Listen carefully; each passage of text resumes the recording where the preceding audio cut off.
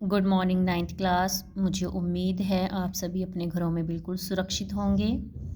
और कल जो हमने लेसन रीड किया था, यहाँ तक फर्स्ट लेसन था हमारा दो बैलों की कथा, तो वो आपने रीड किया होगा। तो आज हम स्टार्ट कर रहे हैं, यहाँ से आप डेट मेंशन कर लीजिए। दोनों ने अपनी मूक भाषा में सलाह की। किन दोनों ने? दोनों बैलों ने। ठीक है। एक दूसरे को कनखियों से देखा और लेट गए। बेटे आपको याद है सभी को कि वो कहाँ पर पहुँच चुके थे? हाँ जी, वो सभी कहाँ पहुँच चुके थे? झूरी के साले गया के घर में। ठीक है, कुछ दिनों के लिए वहाँ पर रहने के लिए वो गए हैं। तो दोनों ने जोर मारकर पगहे तुड़ा डाले और घर की तरफ चले। पगहे मीन्स जहाँ पर उनको बांधा गया था वो उन्होंने तोड़ लिए और वो घर की तरफ भाग लिए। पगहे बहुत मजबूत थे, अनुमान न हो सकता था कि कोई बैल उन्हें तोड़ सकेगा। पर इन दोनों में इस समय दूनी शक्ति आ गई थी। एक एक झटके में रस्सियाँ टूट गई। झूरी प्रातःकाल सोकर उठा तो देखा कि दोनों बैल चरनी पर खड़े हैं। मतलब जहाँ पर उनको चारा डाला जाता था वो दोनों वहाँ पर खड़े हैं। इसका मतलब क्या हुआ कि वो दोनों अपने घर में वापस पहुँच चुके हैं झूरी के पास। दोनों की गर्दनों में आधा आधा ग्राम लटक रहा है। घुटनों तक पांव कीचड़ से भरे हैं और दोनों की आंखों में विद्रोह में स्नेह झलक रहा है। मीन्स उनमें गुस्सा भी है लेकिन प्यार भी साथ में झलक रहा है। झूरी बैलों को देखकर स्नेह से गदगद हो गया। मीन्स वो बहुत ही खुश हो गया। दौड़कर उन्हें गले लगा लिया। प्रेमालिंगन और चुंबन का वह दृश्य बड़ा ही मनोहर था। तो हमें यहाँ से क्या पता चलता है कि एक किसान का अपने बैलों के प्रति कितना प्यार था, कितना मोह था, क्योंकि उन्हीं की कमाई वो खाता है। घर और गांव के लड़के जमा हो गए और तालियां बजा बजाकर उनका स्वागत किया।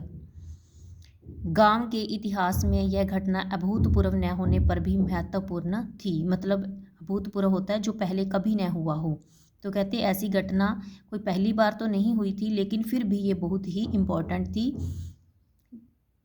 बाल सभा ने निश्चय किया दोनों पशुवीरों को अभिनंदन पत्र देना चाहिए। कोई अपने घर की रोटियां लाया, कोई गुड़, कोई चोकर, कोई भूसी। मतलब खाने के लिए बच्चे तरह तरह की चीज़ें उनके लिए लेकर आए क्योंकि उन्होंने बड़ी ही वीरता का काम किया था।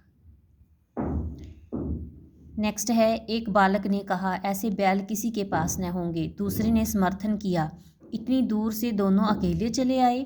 तीसरा बोला, बैल नहीं हैं, वे उस जन्म के आदमी हैं। इसका प्रतिवाद करने का किसी को साहस न हुआ। मतलब प्रतिवाद होता है कि किसी बात के ऊपर वाद विवाद करना, अपने विचार रखने।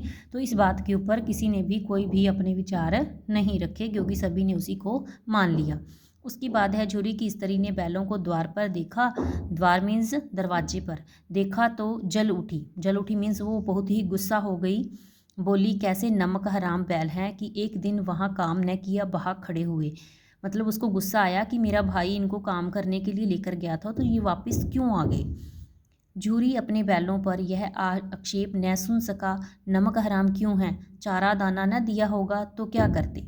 तो उसको बहुत ही गुस्सा हुआ कि मतलब मेरे बैलों को इसने नमक हराम क्यों कहा। तो उसने कहा कि क्या पता गया ने उसने अच्छा खाना नहीं दिया होगा इसलिए वो वापस आ गई। स्त्री ने रोब के साथ कहा, बस तुम ही तो बैलों को खिलाना जानते हो और तो सभी पानी पिला पिला कर रखते हैं। झूरी ने चिढ़ाया, चारा मिलता तो क्यों भागते।